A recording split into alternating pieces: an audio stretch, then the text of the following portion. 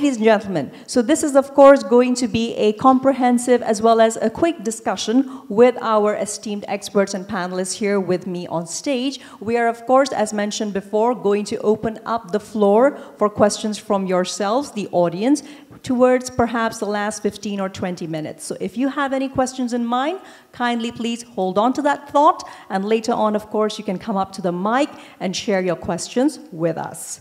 Right, so moving along and to start off the discussion, I'd actually like to begin with a short opening statement from each one of you for what are the potential benefits that advanced air mobility provides in the way that we basically commute in our day-to-day. If I could start with Cheng Mohd Fitri from a CAM perspective.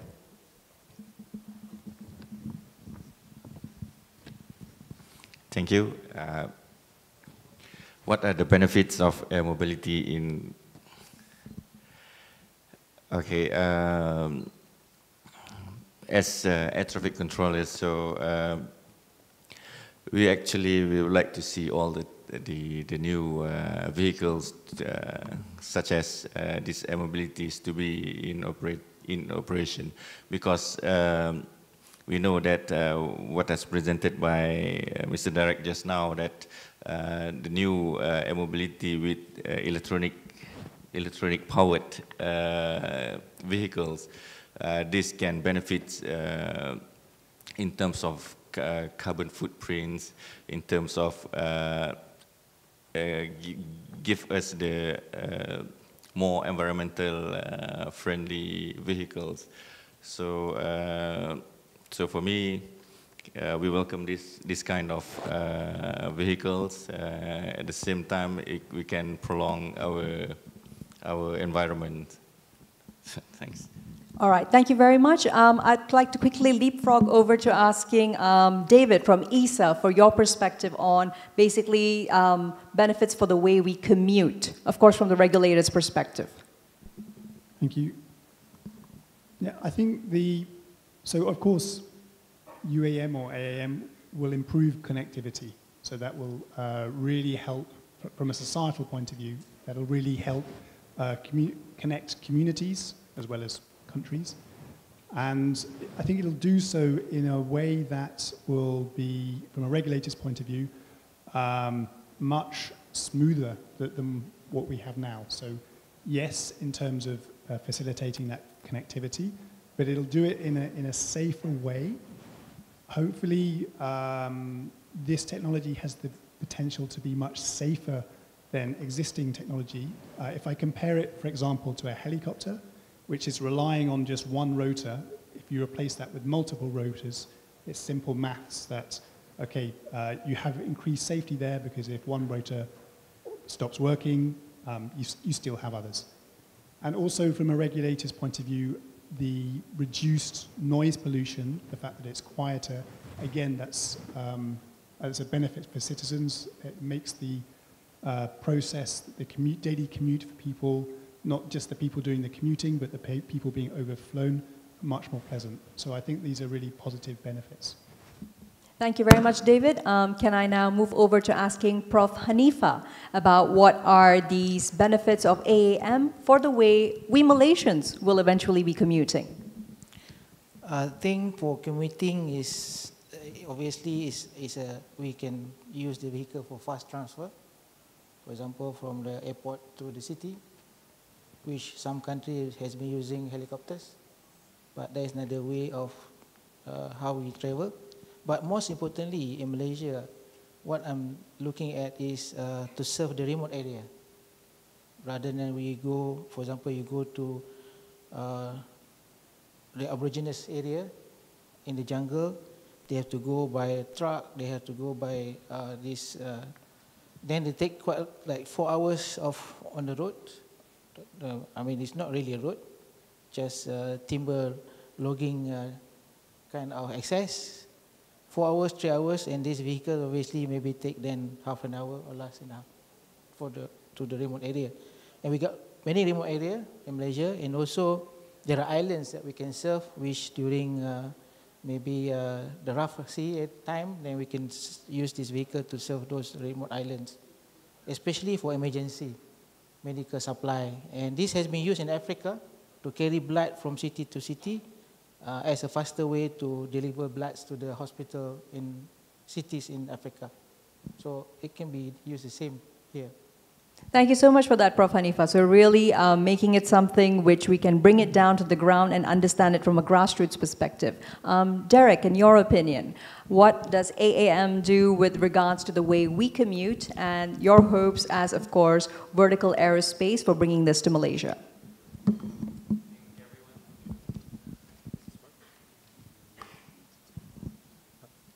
I think everyone has laid down the right points, so I can only summarize to say faster, greener, safer, and I wanted to add the point of accessible transport.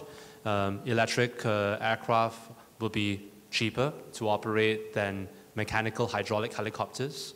As a result, you would be able to commute effectively and efficiently to your point-to-point destination.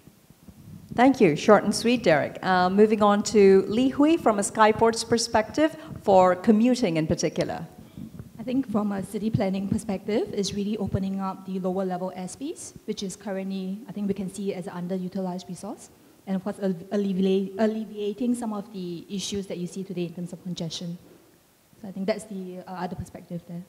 Thanks for that. Thanks for covering it. And apologies for the small technical disruption. Captain Ling, moving on to you, and thank you also so much for joining us for the panel discussion. Yes, good morning once again, everyone, and thank you for having us. I know we are standing between you and lunch, so in terms of commuting, I think from an operator perspective, or even from a personal level, I don't know, I hate to get stuck in a jam to go to work, so I think this is the future, like what Derek has mentioned, everybody has mentioned, is safer. We have more rotors in an eVTOL perspective compared to just one in a helicopter. Of course, the certification bodies, all the safety regulations we put in place, is definitely going to be a safer and greener mode of transport, and definitely I don't need to spend 1 hour driving to work. Fair enough. So providing some options, particularly with regards to sustainability and especially for emergencies and for those in perhaps hard to reach remote areas. Right. Building from there, Professor Hanifah, may I ask you about what kind of impact will AAM actually have on our economy, environment, and society, taking, of course, from your vast body of work and research in Malaysia? Okay, this vehicle, just like I said again, by 26 November 2026, it will be an aircraft. So it will be another business because it involves design certification. Business, you can set up a business to design, certify. Part 21 Subpart J organization. You can also establish manufacturing companies. Part 21 Subpart G, POA. You can establish continuing airworthiness management organization to manage the airworthiness of the aircraft. You can establish RPTO, AMTO, Aircraft Maintenance Training Organization for this vehicle. Pilot training, which you already have a few, EASA having already one of it. In fact, even before it's established now, there already someone doing business. So, of course, when it's fully established, fully certified, and we have all this, because it's an economic cycle, it's a life cycle, it's a awareness cycle, it's a big business you can establish there, from part suppliers, manpower supply, but depending on how big is the industry. So we have to generate the industry to grow, to become big enough for us to have economic sense of it. Otherwise, it's just another dream.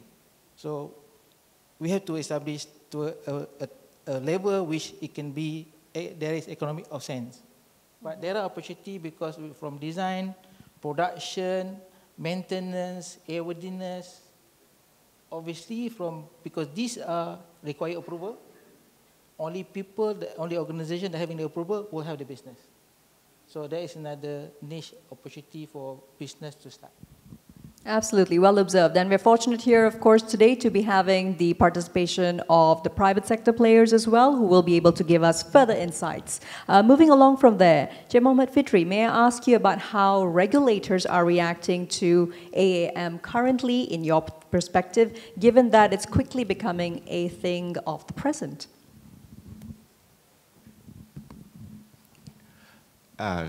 I shouldn't answer this on behalf of the regulator, but we have a discussion regarding this.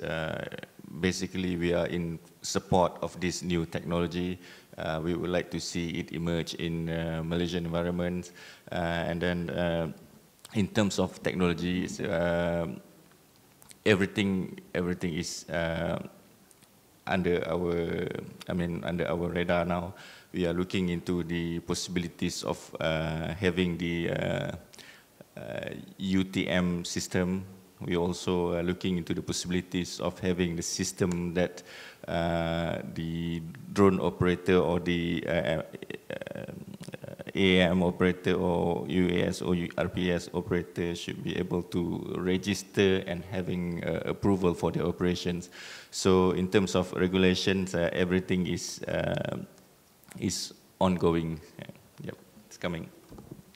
All right, so it's in the works. And I'd like the same perspective from David, please, and perhaps about a bigger picture, of course, within the European Union and what the landscape is looking like.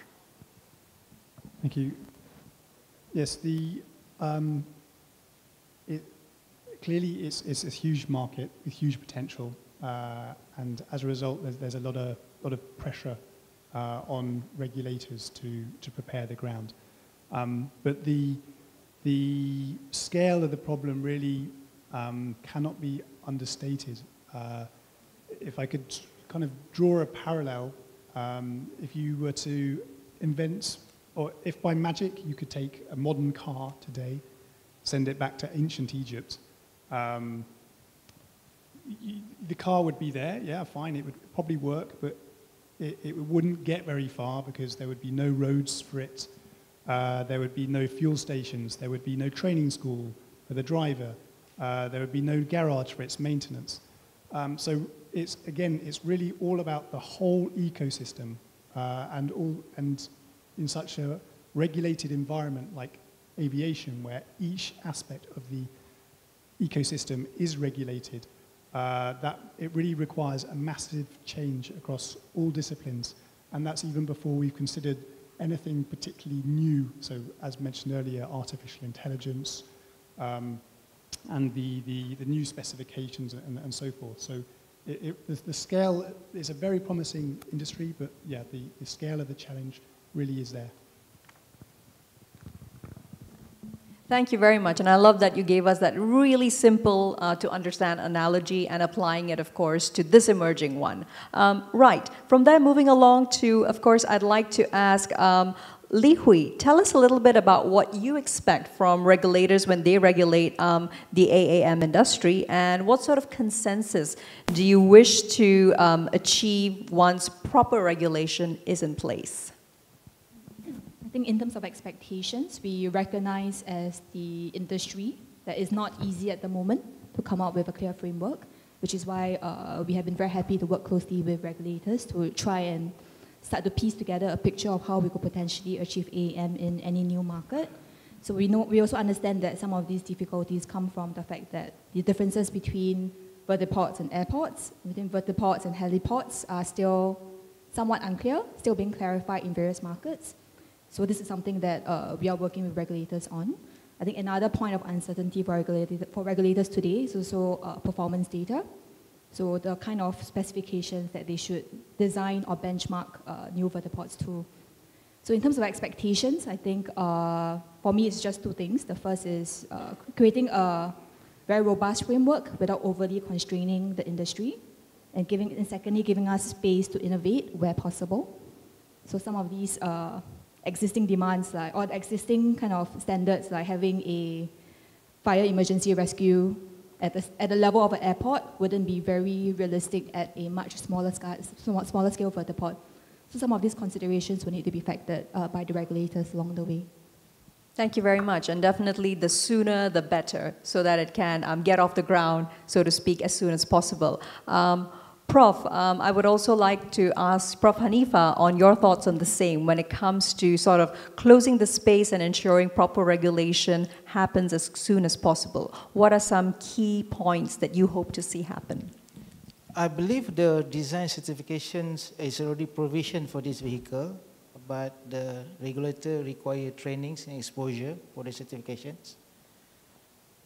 It's no point coming out with a good regulation, but they are not trained to do it because they have to be responsible on this vehicle as long as the vehicle flying. And secondly, I believe I really do not want to go into this. I'm not expert in that. We need to have also a legislation how to operate the vehicle.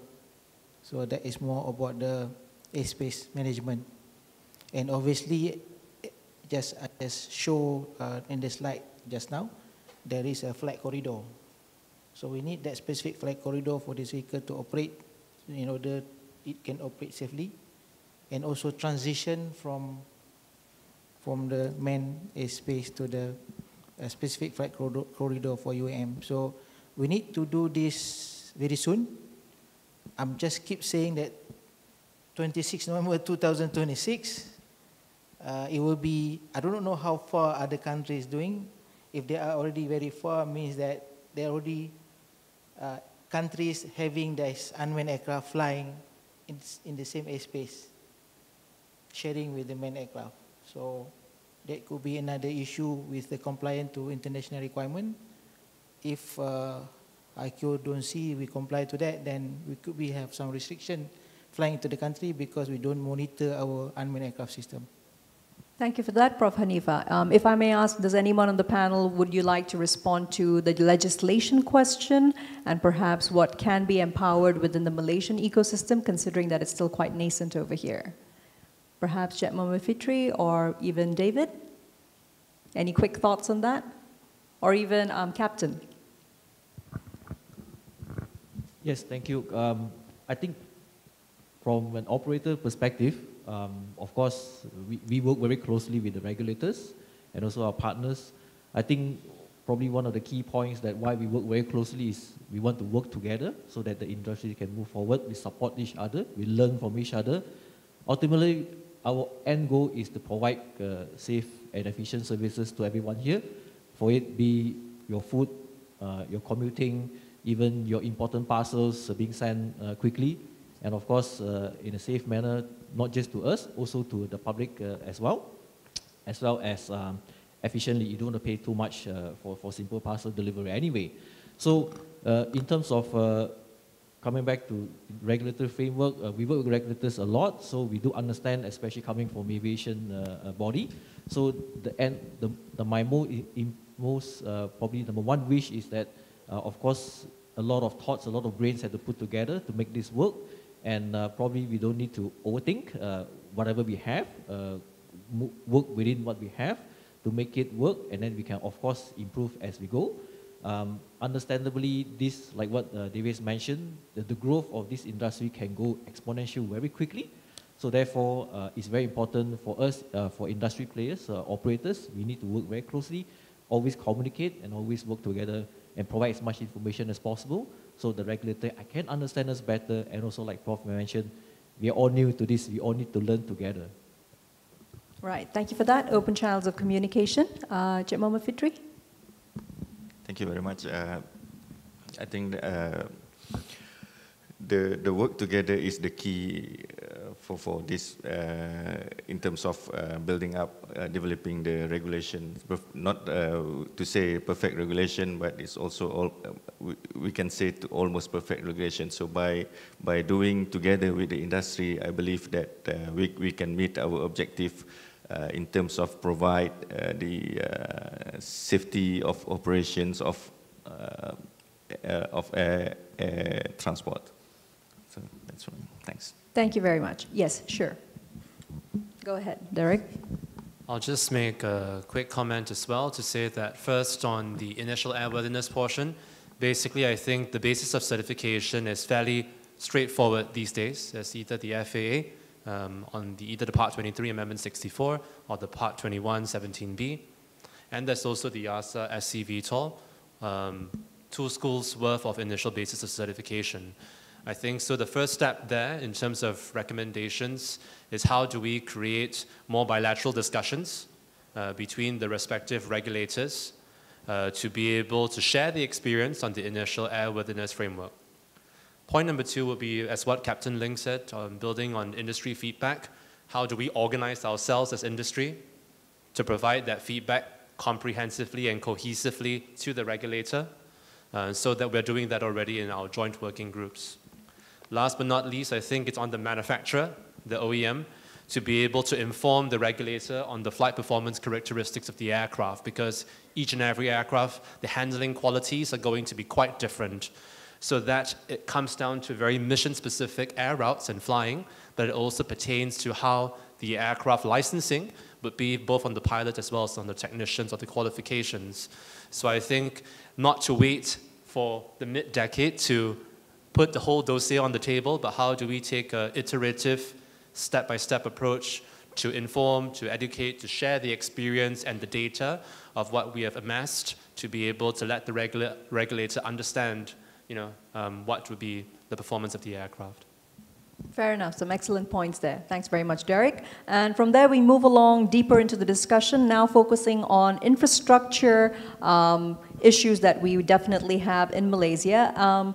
Prof. Hanifah, I'd like to ask you to guide us through basically what kind of infrastructure is required to bring the AAM industry to the forefront in Malaysia, looking at what we currently have.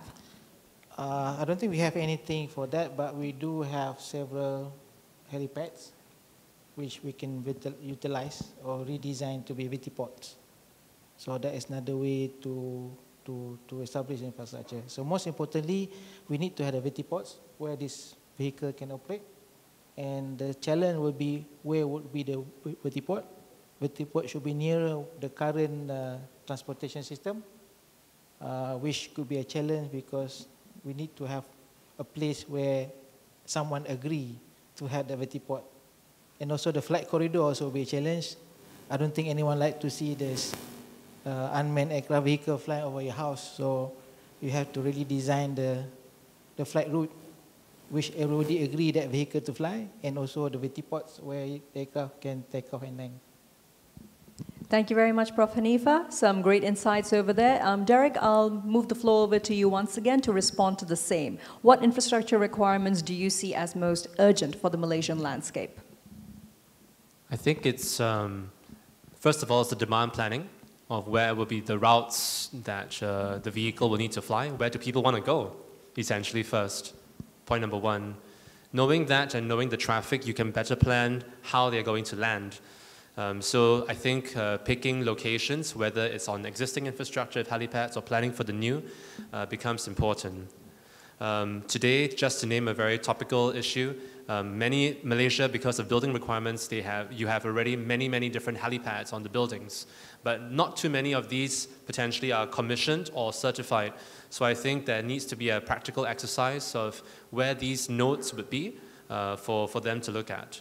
And I think last but not least, in order for UAM or AAM to scale, you do need a vertiport that is able to handle the throughput of aircraft and the accompanying ATM technology, as well as ATM airspace management to allow the throughput of vehicles to land. So these are important considerations. And just the last point I will leave with you is that the air infrastructure is equal or even more important actually than the ground infrastructure because of the routes to be able to reach these airports or vertiports. Thank you. Thanks a lot for that, Derek. And from there, moving on into what factors are to be avoided, meanwhile, when building AAM infrastructure, perhaps looking at geology, topology, location. Li Hui, if you could take this one. I think the most immediate one coming out of David's presentation was where there are sensitive stakeholders, like environmental, like wildlife, where we have to be very careful in terms of the environmental impact of the vertiports and the air operations associated with it. But I think we like to think about it the other way around, which is where can we find the most ideal situations for a vertiport.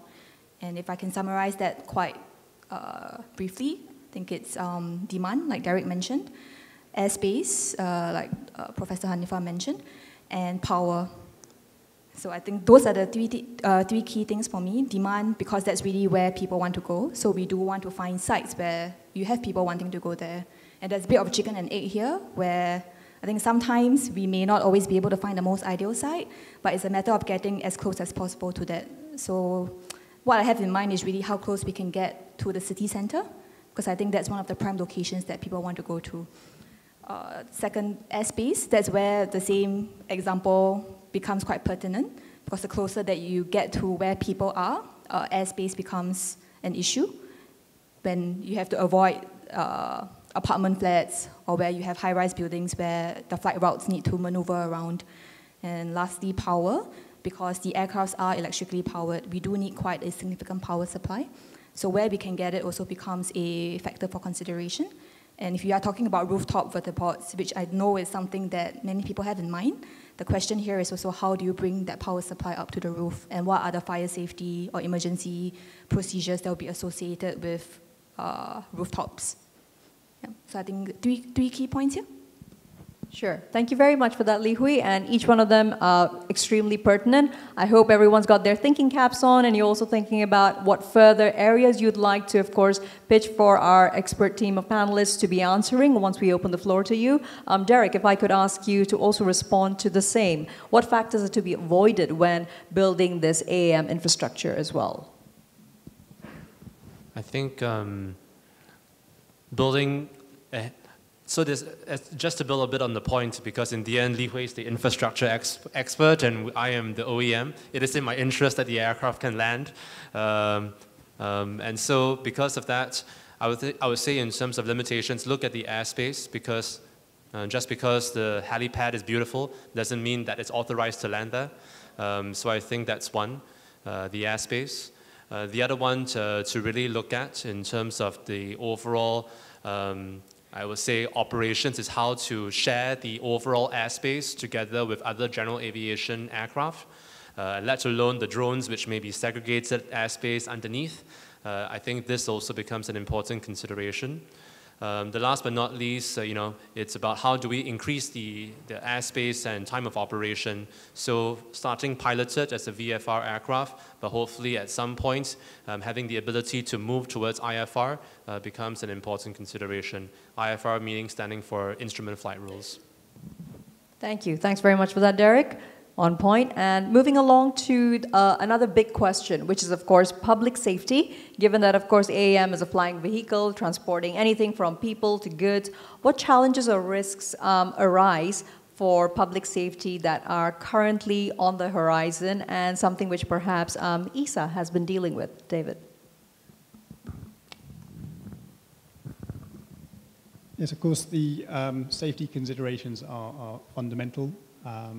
As was said earlier by Captain Rizman, I mean, we're not in a Wright brothers situation where you can afford a few accidents along the way. You really need to start off with the very top level of safety, because a single accident could really undermine the progress being made by the industry so far. So there's really two components. So there's the absolute value of safety that we achieve through an engineering approach, as we always do. But there's also the societal acceptance dimension of this. So I think the public first has to become used to these machines. They need to see them flying. They need to see them flying safely, get used to them. So I think we already see this with electric cars. So we know that cars are not safe. There are hundreds of accidents every day, but that's kind of okay with the public, I mean, in inverted commas.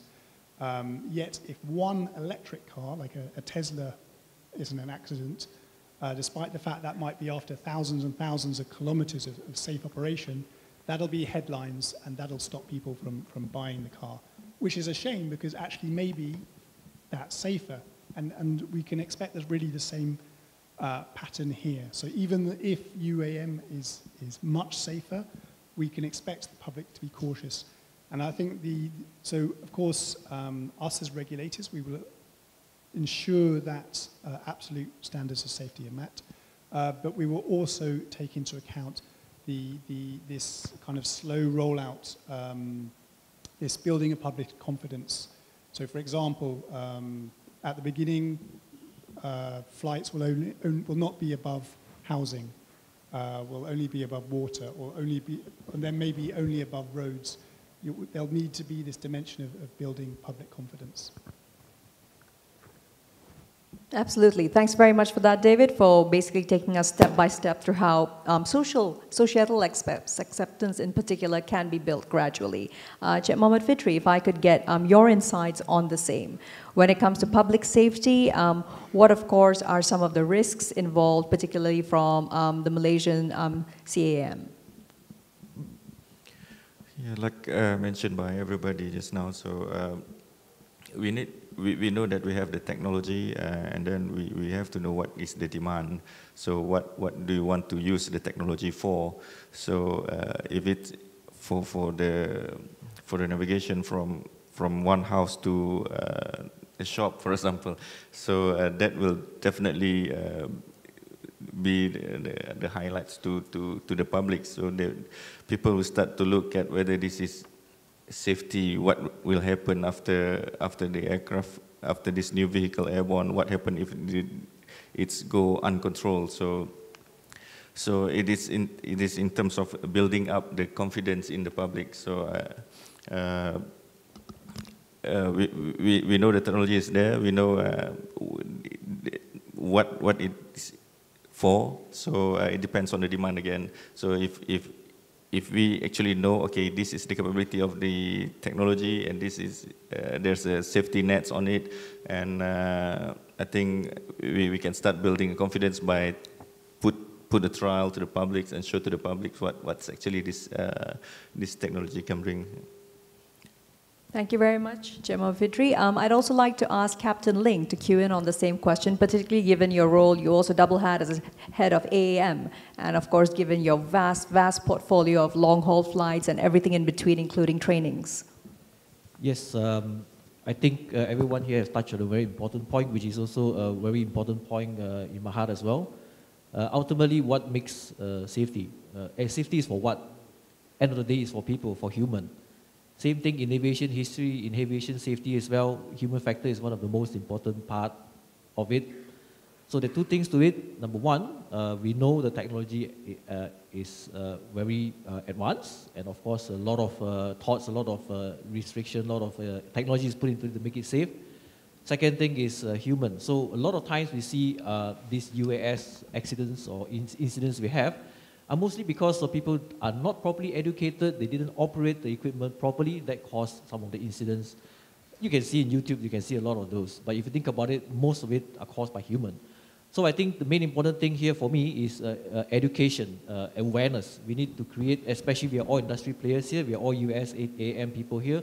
We need to go out and preach and teach people and educate people in every way that we can, of course in the right way, so that let people know these technologies are here to help us to move forward. It's a part of human evolution. So in order for us to do that, we need to be responsible for ourselves and how to operate this equipment properly. And of course, one of the very good things we have now, we have quite a few RPTOs in Malaysia. That's one way we can go and learn. And of course, through public awareness, through learning, we can learn a lot more about safety, human factors, things we need to take into consideration in order to operate these equipments. And how do we accept these equipments, being known that a lot of thoughts, a lot of technology, a lot of brains have put into it to make this equipment safe. Thanks so much, Captain Ling, for emphasizing on, of course, the human factor. All right, well, in the interest of time, what we're actually going to do is, I think we've quite comprehensively covered most of the issues. I would now like to, ladies and gentlemen, open up the floor towards each and every one of you. If you have a question, please, we're amongst peers in this room over here. Kindly make your way to the mics, which will also be brought over to you and is also in the middle of the room. Introduce yourself, tell us your name, and tell us which panelists you may like to address the question towards. The floor is now open. Ladies and gentlemen.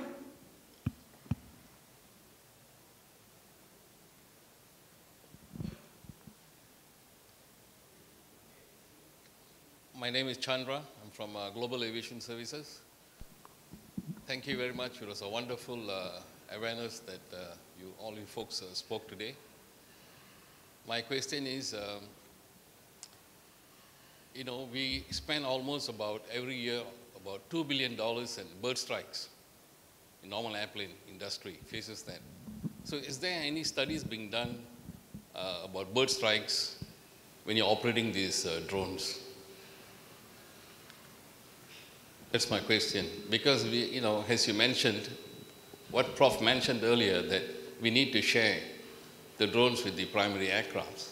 But he forgot about the birds, you see. They are the pioneers of the sky. So we do have a lot of bird strikes. So especially at low level flying. And most bird strikes occur during takeoffs and landings. So has there been any studies done? I think I can answer that. In the design requirement, there is a provision that you need to design the structure to capable to hit by the birds or hitting a bird at certain bird size. Yeah. But depending on the size of bird, but majority of bird size. So if the size of the bird is bigger, then we don't cover that. True, because but this is a no, this is a UAV because you know you're unable to control it, right? Yeah. The passenger sitting inside. I mean, I'm talking about eVTOL or even for that matter, even a drone. Anyway, there is something I'm just putting forward. Maybe it's something to ponder about or think about in your development of your aircrafts or studies about making the what do you call the VT pods. There's something to consider, you see. You don't want to be, as you mentioned earlier, Mr. Derek mentioned not to have the VT pods near environment or any parks and things like that. Now the next question is, has there been any studies done about the accident investigation for drones or eVTOLs? Has there been any sort of an SOP being developed? Because as we develop these things, these accident investigation teams also have to be developed because as Captain mentioned, we do have accidents, we do have human factors problem. So we should also develop a team that will also look into all this and share those information across the industry. Thank you for that, Chandra. Yeah. Will that be all, questions-wise? Yeah, I have one more last question. All right. Would you quickly like to put that forth so that we may also open it up to everyone else? Thanks. The last question is, as regulators, when you develop the requirements to operate the drones, this is my personal request, please consider physically handicapped people also into the industry. Because to operate drones, you don't have to have a physically fit person. So give them also an opportunity, that's all. Thank you. Thank you very much, Chandra. Some great questions over there. Prof. Hanifah, would you like to take the one on especially accidents as well as accessibility? Yeah, accident, because I was part of several accident investigation.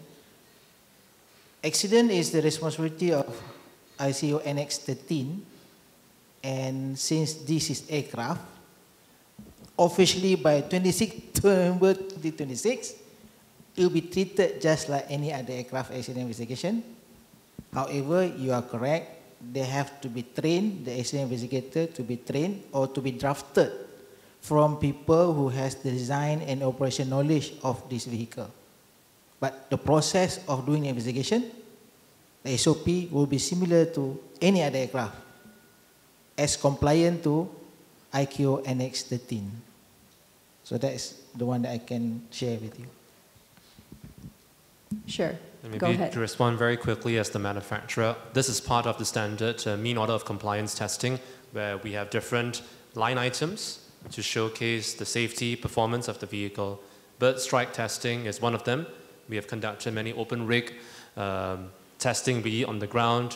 We are starting to do so probably later on as well. And as what is mentioned, it's a fairly standard part of the aviation safety approvals that we have.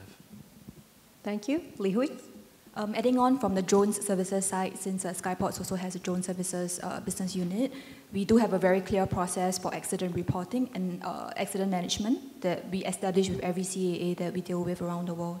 So for us in particular in Singapore and in the UK. Captain Ling?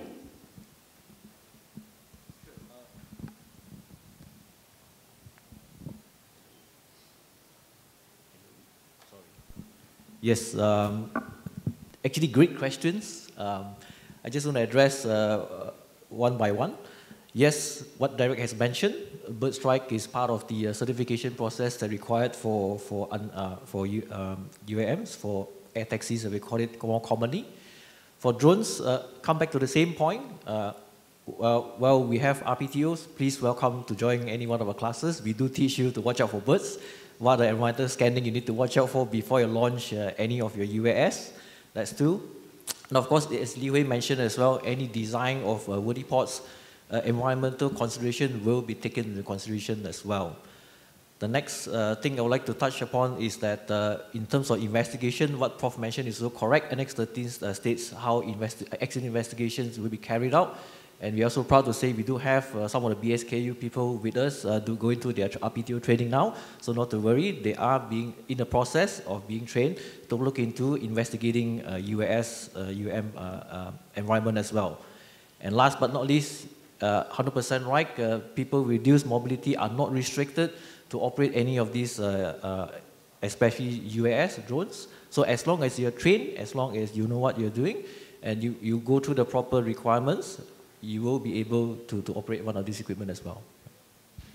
Thank you. Over to you, David, please. Thank you very much. Yeah, so I support the comments that were made earlier. So indeed, regarding bird strike requirements, it's part of the product design. It's also part of the requirements surrounding vertiport, based on ICAO Annex 14. On accident investigation, Annex 13 has just been mentioned. It's worth also saying that the accident investigation bodies very much welcome this kind of investigation because, thankfully, major accidents are very few and far between. And these kind of smaller drones accidents, which are more common, provide a chance for investigators to maintain their skills, for want of a better word.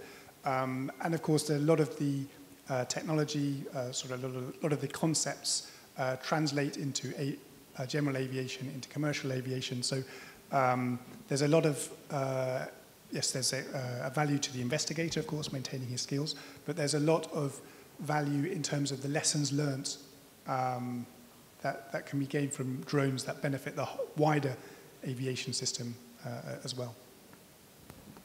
Thank you very much for responding to that as well, David. The floor is still open. Ladies and gentlemen, any other questions? Please introduce yourself briefly. And if the question is directed to any one of the panelists, please tell us who it is. Thank you. Hi, my name is Muhammad Lut. I'm from ATN Innovations in MIAT. So we are a Malaysian company designing and developing eVTOLs. So my first question, earlier, Captain Razman mentioned that the sandbox is not free for all. So what we'd like to know is, what are the requirements needed for us, the manufacturers, to be a part of this sandbox? All right, would anyone like to take that question?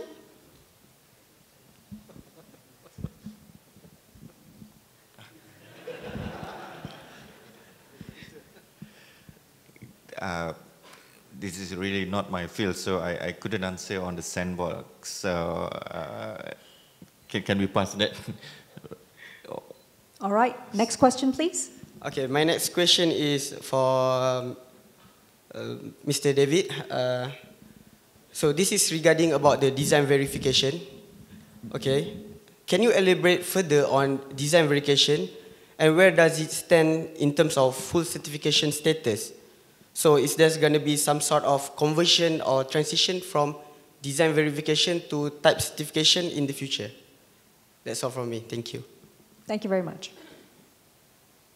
So here I talk a little bit at the limit of my knowledge, as I'm not an airworthiness expert. So yeah, the design verification report is part of the certification process for UAS, UEM for the open and specific categories. For the certified category for eVTOL, which you're interested in, it's really much more like the classic certification process that an Airbus or a Boeing, for example, would go through. So that it takes place under the framework of an approved organization, an organization with design organization approval, and the against list of the defined certification specifications, or SC VTOL, has been mentioned. And the reason it's done under a DOA is because the regulator cannot check everything, but it can check that the organization is following up, is properly implementing each requirement according to a proper process. And then the regulator can come in and target in an educated manner the areas where it thinks there may be particular issues, where it wants to pay particular attention, which are normally focus on the novel aspects of the technology involved, combined with experience received from past accident investigations and so on, other evidence where we feel that particular attention is paid. Thank you for that, David. Prof. Hanifah, would you have anything to add to that, airworthiness-wise? Airworthiness, we have to begin with the certification basis. As you apply for a type certification, you have to establish the cert basis with the authority. Once the cert basis is established, you have to develop the compliance matrix. For every line of requirement, you have to show compliant. You have to establish what's the mean of compliance, how you're going to show compliant. Then every of your plan of compliance, you have to provide the justification of compliance. For example, for fatigue requirement, you plan to do fatigue test, you have to do the fatigue test, you have to have a fatigue test plan, fatigue test report, and those are verification, justification to the requirement for fatigue life. So verification is always be carried out for every line of the requirements in the set basis, which you have decided with the authority. And the authority, for the test, for example, the authority have to approve your test plan and may require to witness the test and to approve your test report. That's specific for test. So the process is verification to the design requirement, airworthiness requirement, or someone call it airworthiness characteristic. So in Malaysia, our regulation part, regulation 25 of Malaysian Civil Aviation Regulation, they call it airworthiness code. But those are design requirements for airworthy aircraft. Thank you very much, Prof. Hanifah. Hope that answers the question comprehensively. The floor is still open. Yeah, let me try to address the first question, I think from the gentleman on the right. Yes, now. certainly. Go ahead, sir. Please introduce yourself and then go ahead. I'm Dr. Andy from Futurise, representing Futurise as a program manager for this project. With regards to the requirement of the sandbox, at the moment we are currently working together with CAM. The exact requirements are still in discussion. However, the scope, the parameters and all that will be well defined in coming months. So just bear with us and we will inform you in the near future, inshallah. Okay? Thank you very much for taking that question, and I hope that also helps clear the air about that. The regulatory frameworks are, of course, still in the process of being developed. Right, the floor is still open. There was a gentleman. Yes, kindly introduce yourself, where you're from, and please direct the question to whoever you'd like to answer it. Bismillahirrahmanirrahim. Assalamualaikum warahmatullahi wabarakatuh. Yang berusaha Prof. Hanifah, our most respected airworthiness expert in Malaysia and my lecturer, my senior of air traffic controller, Mr. Fitri, Ishak, Captain Lim from Capital A, and the panel, especially Mr. David from EASA.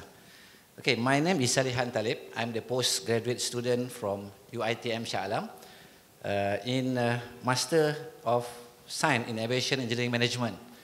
So actually, my question is related to U-Space. One maybe for Mr. David and one for Mr. Fitri. In terms of U-Space implementation in Europe, actually what is the status now at the moment? Either is, what is the acceptance of the U-Space in Europe and other part in this world, in terms of, especially in terms of the publication, either is already published permanently or still under temporary notem, or it has been published in any of documentation such as AIP or any media for MN notification or awareness? And maybe for Mr. Fitri, what is the approach to be applied by the industry in order to implement the use space in Malaysia? So either we can wait for CM to start apply the use space, or whether the industry can come and give our suggestion. So this is my question. Thank you. Thank you very much. David? So, thank you very much. So the regulation for use space has been published in Europe. It won't come into effect, into force until later this year. So that sets up the framework for use space, as I showed earlier, with the objectives of creating efficient use of airspace, for separating, creating this separation between standard, let's say normal man traffic, and the airspace that drones and eVTOLs will use. Regarding the point you made about the AIP, once this regulation is published, it's then for each individual member state to decide where these particular zones are. So that comes as a second step.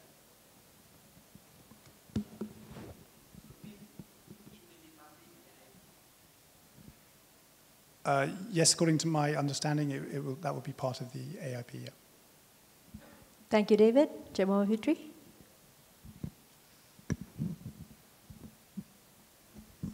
Thank you, Encik Salihan.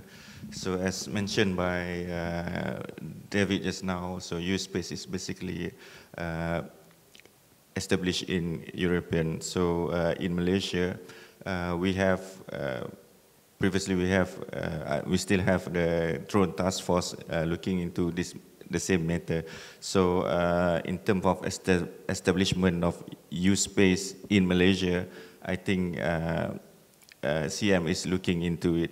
And with this forum, with the introduction of advanced air mobility, we happen to know that there are several types of UAV that we are looking into it. So I think it is under the provision of our drone task force in Malaysia. So they will look into it, they will work together with the manufacturers, they will work together with all the industries, and they will come out. It's not as good as use space, but as close as use space for Malaysia. Thanks. Thank you for that. Yes, any questions from perhaps this side of the floor? Please introduce yourself and who you'd like to direct it towards.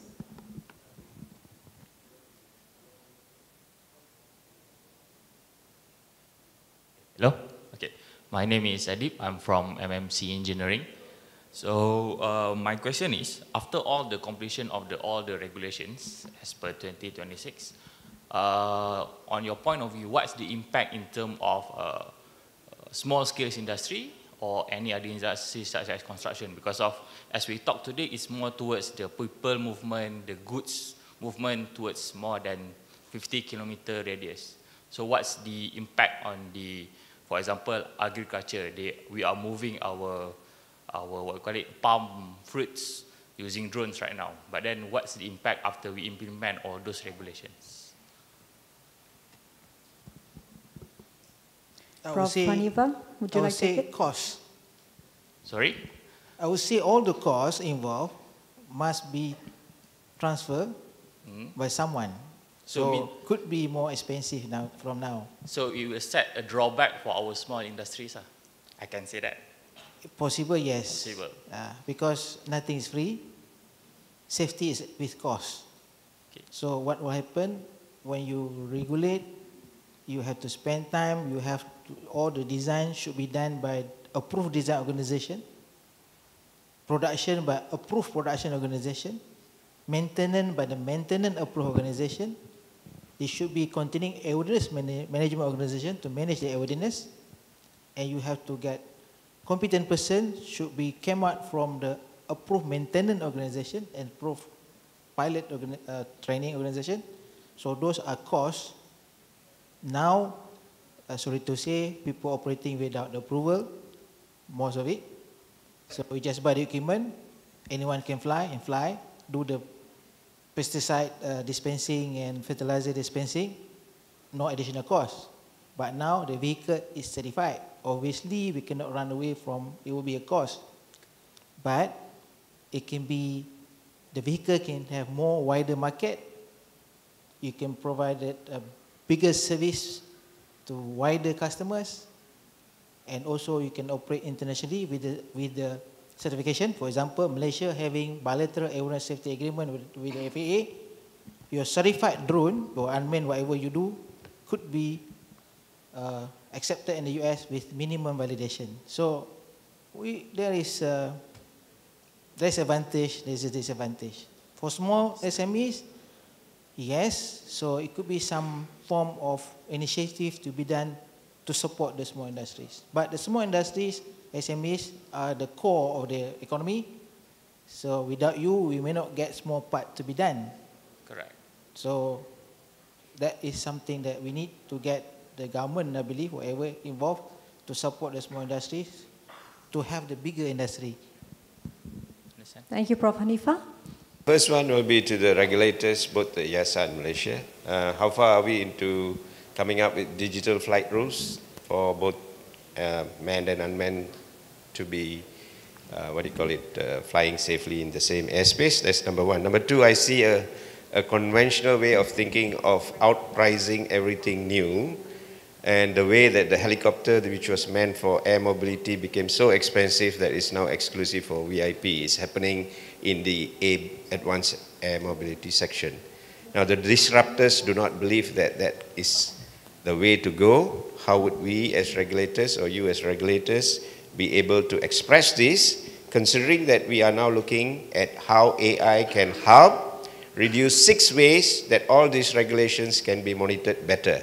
Do we have a task force in Malaysia setting up AI to regulate, or regulating AI? That's the two questions. Thank you very much. My name is Captain Sudir. I'm from Arena Cambion. All right. Thank Okay, the first question regarding how far are we? So again, like I mentioned previously, we already have the drone task force who looking into this matter. In terms of how far are we? I'm not in the position to answer that, but I think we are close by. So expect that some publication on the regulation in the near future. I would say not so long. So the second question is, I wasn't sure what was this. It's about, can you just help me on the second question? Yes, kindly please, could you repeat the context? Okay, I see the conversation today, it was all going towards outpricing everything that air mobility can give to the general public. Remember when the helicopters were invented, it was for air mobility purpose. But we outpriced it through regulations and standards of safeties which exceeded the requirement of air mobility. And I see the same thing happening here again in terms of usage of drones. That's what the young gentleman was asking. Are we going to kill the industry by overpricing it? Because the way that we think is to put on cost on top of cost, right? So are we thinking out of the box now, or are we still going to follow the conventional way of outpricing everything when it comes to aviation? Thank you for that. Does that help clarify? Over to David.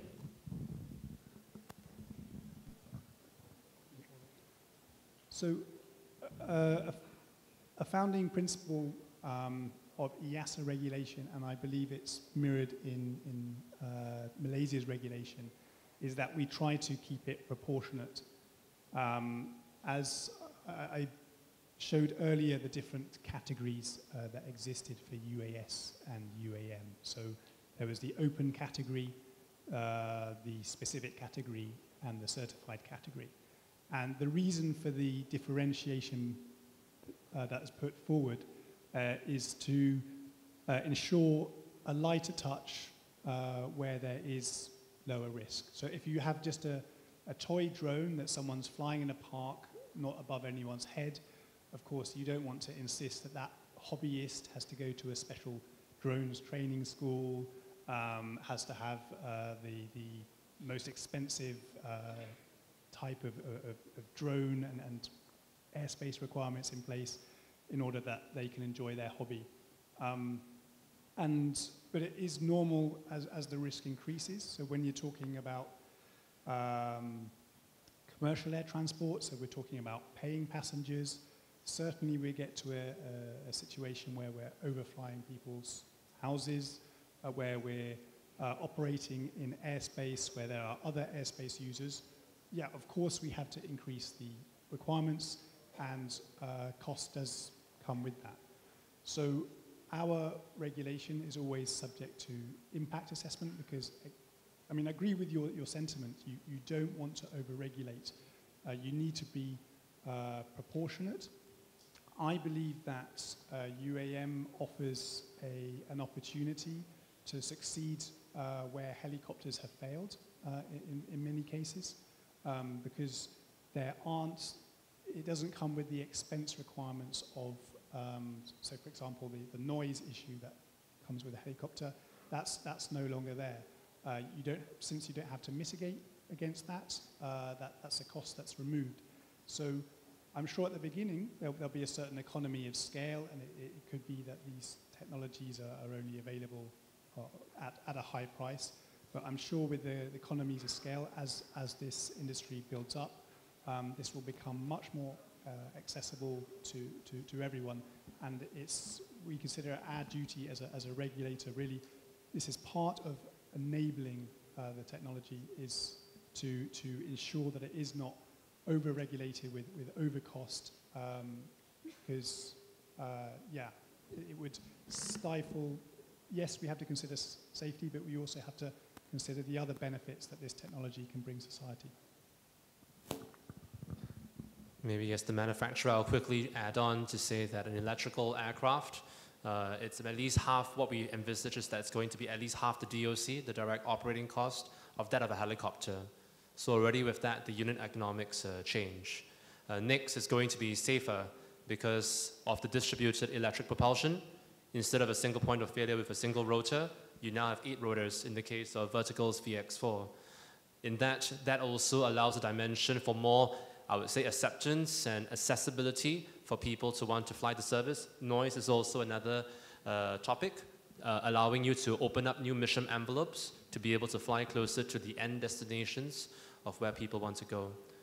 So I would say we bring a new dimension of economics to the table, and to be able to allow people to apply to that service. And this can be in the future multi-role. It can be through the economies of scale, through ramping up of the passenger transport, but it can also be extended potentially for flexible cargo missions, or maybe even for medical transportation as well.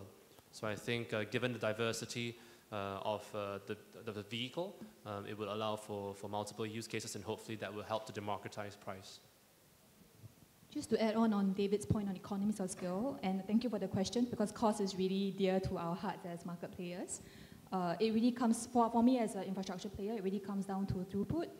So the capacity in the airspace that's allocated to AAM really needs to be there for the industry to really take off.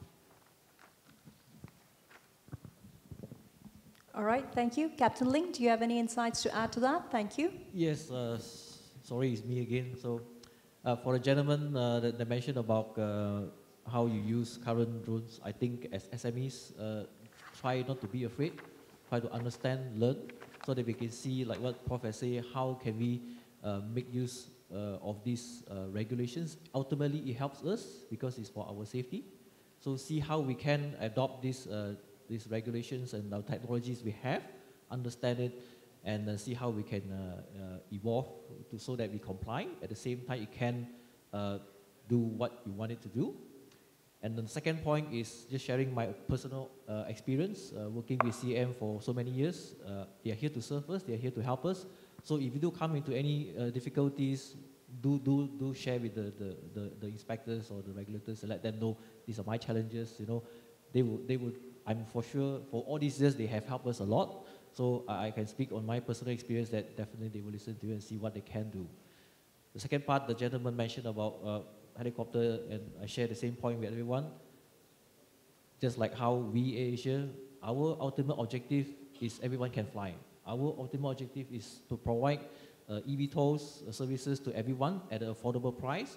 Similarly, for drones, for UAS services to everyone at an affordable price, so that people can fly, people can move, people can connect a lot quicker in a more efficient way, at the same time protecting the environment. So what Derek has mentioned, cost is also very dear to our heart, so definitely we do everything we can to keep the cost low. Thank you. Thank you very much. Thanks, Captain Ling. Right, so with all of that in mind, I think we've been through all the questions that we have time for. But of course, this has been a most interesting discussion. Thank you for your expert insights, and thank you for, I think, painting us a much clearer picture about what the landscape is, where it stands at, not just in the EU and globally, but also what are some of the challenges and what are some of the main points and key takeaways we need to consider before Malaysia develops this ecosystem. Before we conclude, I would like to invite Encik Rosihan Zain Baharudin, CEO of Futurise Sendirian Berhad, to take the rostrum and give us a quick conclusion and his thoughts and perspectives on this stellar panel. Before we conclude, Encik Rosihan, over to you. Thank you, Tehmina. Good afternoon, all. Firstly, thank you to our panel of speakers for making the time and having the dialogue. And thank you definitely to the industry, to our friends for attending today. I know there are a lot of questions, but just to put things into more clear perspective, this kickstarts the sandbox. But before we actually get into the actual requirements and all, there will be a series of engagements such as this, where we'll be in closer contact with the industry, and that would be laying the ground for scoping how the sandbox actually starts. And it will not be a short process either.